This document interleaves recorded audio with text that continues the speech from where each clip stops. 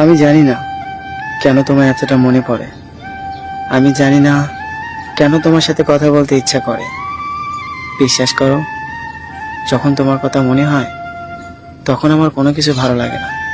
মনে হয় তোমার সাথে একটু কথা বললে হয়তো আমার মনটা ভালো হয়ে যাবে।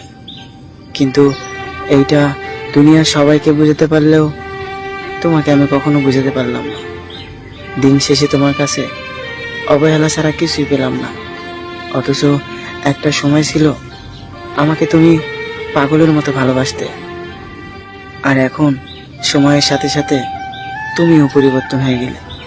অথচ আমি একটুও পরিবর্তন হইনি, ঠিক আগের মতো এখনো তোমায় ভালোবাসি। হয়তো তোমার সাথে আগের মতো কথা হয় না, যোগাযোগ হয় না, কিন্তু তোমার প্রতি ভালোবাসা একটুও কমেনি। ঠিক আগের মতো এখনো তোমায় ভালো